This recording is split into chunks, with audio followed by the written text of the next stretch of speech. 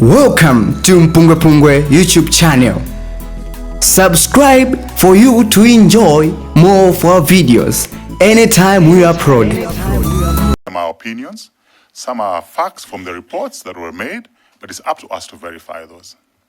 Okay, so I think it's something worth considering. I'm tempted to close because we don't have much time, but I will ask Dowa Kasangazi to comment. Thank you very much, Chair, for giving the people of Dowa Kasangazi a chance to ask the Honorable Minister here some questions. But before I ask my questions, Honorable Chair, I have two important declarations to make. Number one, I know the Honorable Minister here as one of my former lecturers in law at Chancellor College and Dean of Law. And the second declaration that I would like to make, Honorable Chair, is that on the 10th day of June 2024, I attended the funeral of the late Raf Kasambala SC as my professional colleague and mentor in Katabe. I have two questions to put to the Honorable Minister. But before that, I have a supplementary question to the question that was asked by Lilongwe Mude regarding the wait to start the search and rescue mission of 4 hours. Honorable Minister, since the plane had fuel endurance of 4 hours from the time it departed, was it not justifiable that the decision makers should wait until those 4 hours elapse before they could start the rescue mission? That's the first question. The second question, in your presentation, and I think you have repeated when you were answering questions, you made mention of the fact that there is a part in the Commission of Inquiry report which indicates that the funeral ceremony of the late Raf Kasambala commenced exactly at 10 a.m. I would like to request you, Honorable Minister, to indicate to us which part of that report has that information and which official, was it the Roman Catholic official or the government official who directed that the funeral ceremony should commence. The last question that I have for you, Honorable Minister, is regarding the mandate of this committee. If my memory serves me right, it is you, Honorable Minister, who moved the National Assembly to pass a resolution that gave birth to this committee. And if you remember, correctly, you will notice that the mandate that this committee was given does not cover the death of the former Attorney General and the Minister of Justice, Honorable Raf Kasambala SC. Are you of the view that you are going to go back to the National Assembly and move it to amend the mandate that this committee was given, so that it covers the death of Honorable Kasambala SC? Thank you very much. Kasungu North, and then we call it a day. Thank you so much, Chair, for giving the chance to the people of Kasungu North to ask a question. My question is very simple. The Minister, Honorable Minister, you talked about the gunshot. May you please help us, maybe giving us, this committee, the name of the person, the witness that said that there were some gunshots. Thank you. Honorable Minister, you can take those two questions. Thank you very much, Honorable Chair and the Honorable members. Let me thank the people of Dowa Kasangazi and the people of Kasungu North for their invaluable questions. Let me start with the Kasungu North. As I said, I will repeat, Honorable Chair and Honorable members of the committee, that I'm not a witness of facts. Whatever I have related to you are matters which I've extracted from the 3 reports which I looked at. I therefore invite all members to take time to have a look at my report which I've just submitted this morning. It will be very detailed. Wherever possible, cite the exact pages where I extract the matters which I've relayed to this committee. I said I've got my 3 reports with my notes. I don't believe I have the time enough to start going back to those ones and search where my notes are. But if you go to my report, which I've just given you, Honorable Chair and members of the committee, there will be relevant pages where I extracted the particular matters which I've related to. Therefore, when it comes to the issues of gunshot, what I read from the Commission of Inquiry report, it acknowledged that some witnesses alluded to or mentioned that there were gunshots. Simple. It never went further to investigate those matters. And when I read it, Honorable Chair, in my opinion, I thought that those are matters which the Commission of Inquiry should not have just have glossed over.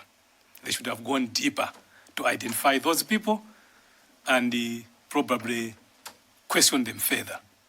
And that's what motivated me to allude to that in my written report to His Excellency the President. So I don't have to be put at the corner, Honorable Chair, to identify witnesses because I don't have any. It's a matter which, if the committee wants to pursue further, it can pursue further.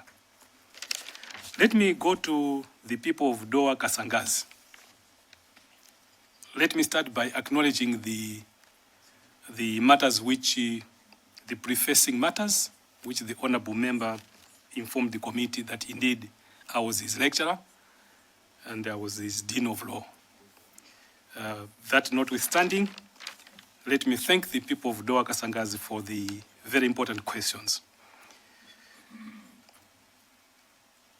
It is very possible that it was justifiable that the government officials should wait for 4 hours before commencing the search and rescue on the basis that the plane had 4 hours endurance. It is justifiable. However, the question that I was raising and I've raised in my recommendations are that after 4 hours, where do you expect this aircraft to be? Where do you expect this aircraft to be? I thought that those are matters which the Commission of Inquiry should have looked at deeply. So I may agree with the people of Doa Kasangazi that yes, it was justifiable. Since the aircraft had 4 hours fuel, why not wait until the 4 hours last before you go on the ground and searching? Because otherwise it would be in the air. Probably it's justifiable. But in my opinion, Honorable Chair, I think the moment the aircraft does not land at the point of expected landing time, that should have triggered a sense of urgency. It's carrying the vice president of the country. It has not landed. Do you really want to wait without triggering search and rescue? Those are questions which were bothering me in my mind as your Minister of Justice.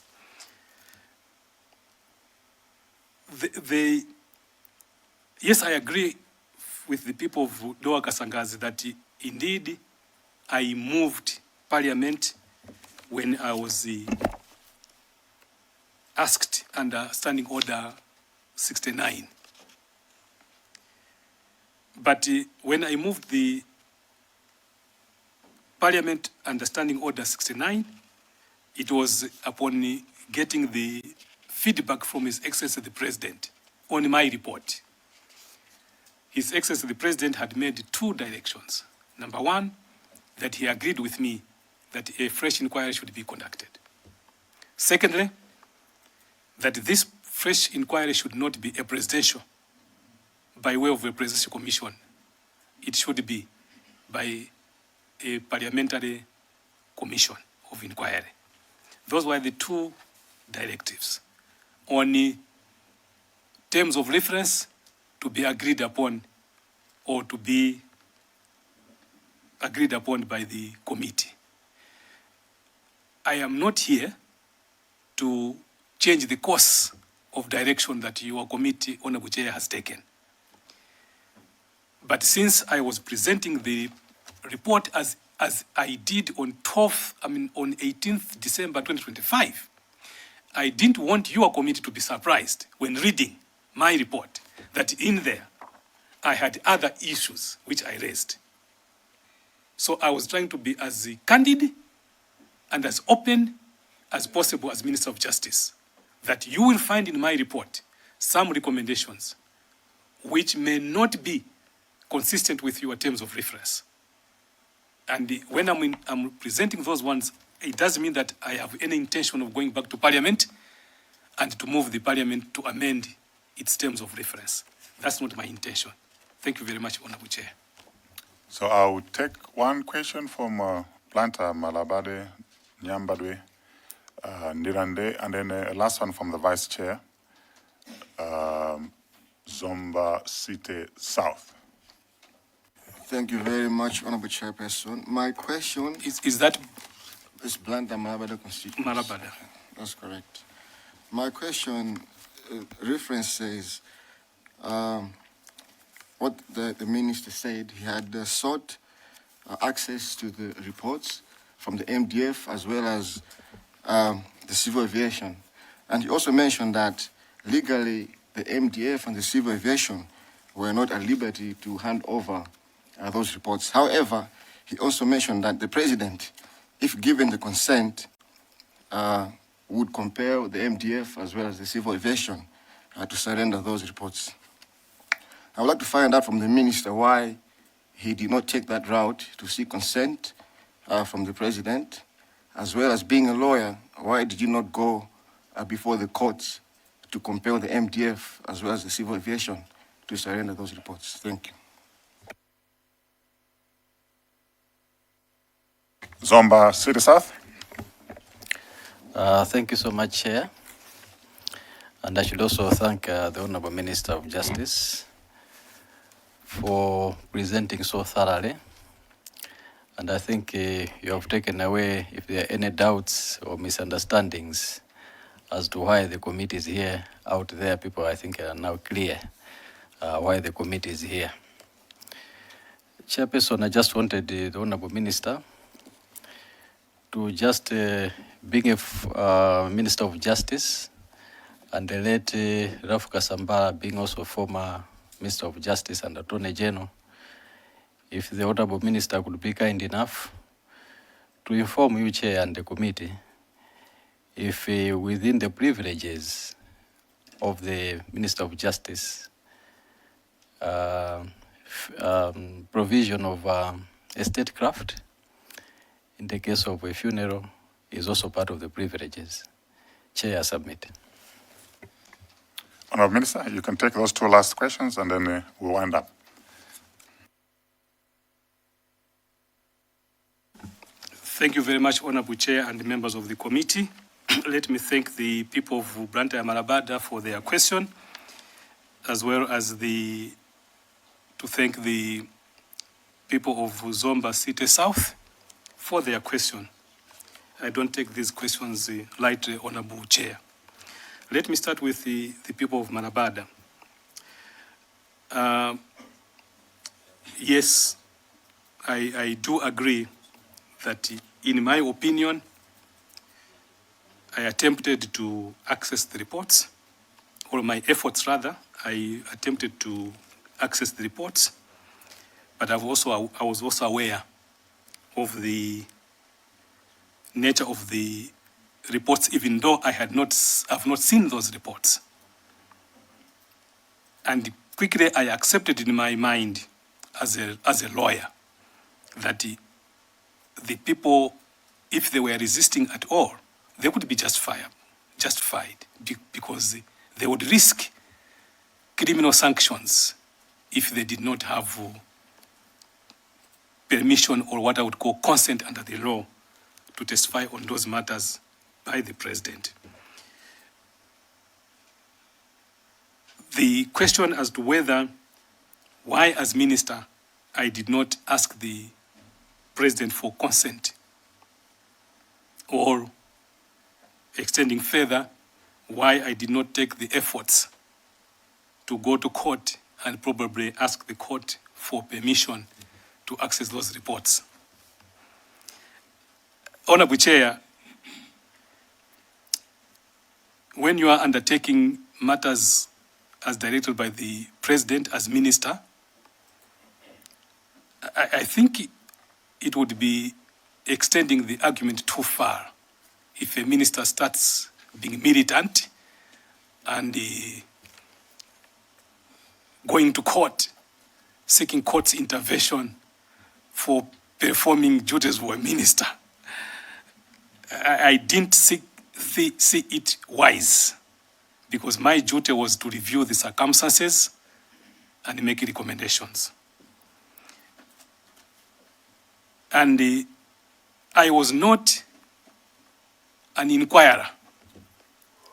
I think I should repeat that one. I did not believe that when the president, His Excellency the President, tasked me or directed me to review the various reports or matters surrounding the plane crash on 10th June 2024, then I became an inquirer. I became a commission. I became an adjudicator who should be calling witnesses, who should seek consent from the president to testify before me. I should not give that impression to this committee that I have those kind of powers. And up to now, I don't have those powers. However, Honorable Chairperson and your committee, you as an inquirer have got those powers. You can go to the respective potential witnesses on matters of naval, and if you want them to testify, your committee can ask them to seek consent from the president because you want to hear their side of the story. On the other hand, as Minister of Justice, being tasked to review matters surrounding the airplane crash on 10th June 2024, I don't believe, and I still don't believe, I had those powers to request for consent or indeed to behave as if I was an inquirer. Therefore, I was satisfied with what I read and what I analyzed. And I believed, and I've said it in my report, that whatever material I didn't have would not have changed my opinion on these three reports. And I insist today, it will not change my opinion on those reports and my recommendation. Thank you very much, Chair. Zomba City South asked, I think, on the state protocol for according state funeral to a minister or former minister or indeed Attorney General. Let me say that when you go to the report of the Commission of Inquiry, Honorable Chairperson and your members, you will see a detailed discussion on why the government that time resolved that Honorable Raf Kasambara should receive state funeral. According to my understanding, my reading of the report, it was necessary to do that because late Raf Kasambara had been convicted of attempted murder and his appeal had not yet been resolved. Therefore, he had on his head a live conviction.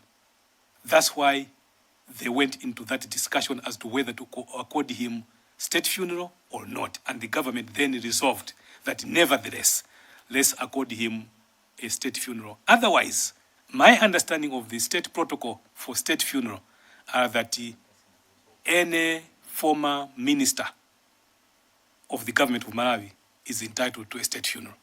But for this, not Attorney General, but former minister, and the Honorable late Raf Kasambara had served in both capacities, as the Minister of Justice, as well as the Attorney General, and combined both positions of Attorney General and Minister of Justice at one point.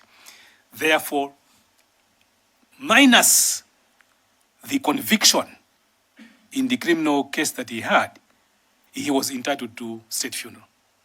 But because of the conviction, probably that's why the government went into a discussion and finally resolved that he should be accorded the state funeral.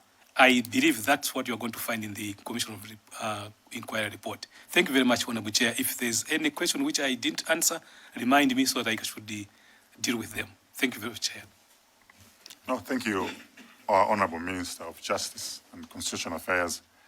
I think you've taken time to respond to all the questions that we raised with you. We've had an extensive discussion, examination with you, which has been very informative. You've raised a lot of proposals and recommendations to the committee. We will digest, those recommendations that have been made for consideration. Very good points you have raised, eye-openers. Some of us didn't know some of those insights, so it was worth having you as our first witness, right? And we look forward to continued collaboration on this journey. And you may take leave, and I know you must be thirsty by now. You didn't touch your bottle of water. Yeah, but pleasure, listening to you, the wisdom that you've got. You may have a final comments you want to make before you take leave. Thank you very much, Honorable Chairperson. I said, sitting here, I didn't even know how time flew behind me. I didn't even know that in front of me there was a pot of water. I'm seeing it now because you've mentioned it. It only tells you, Honorable Chair, and your committee, the intensity with which you engaged me.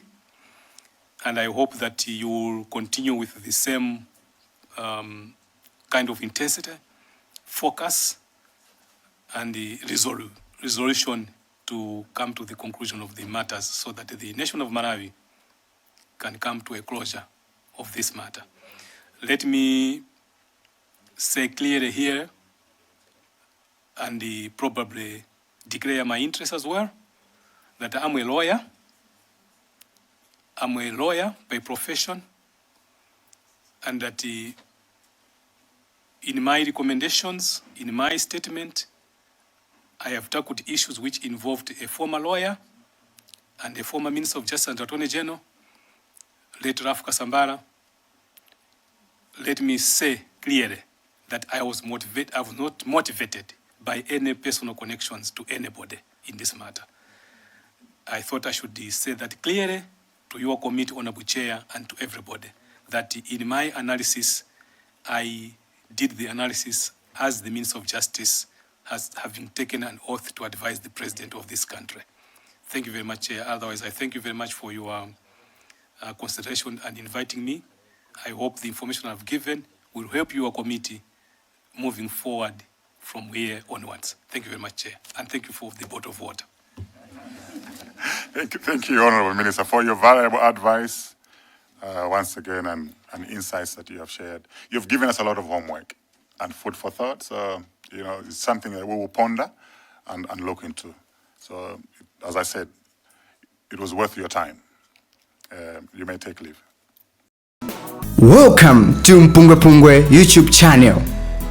Subscribe for you to enjoy more of our videos anytime we upload.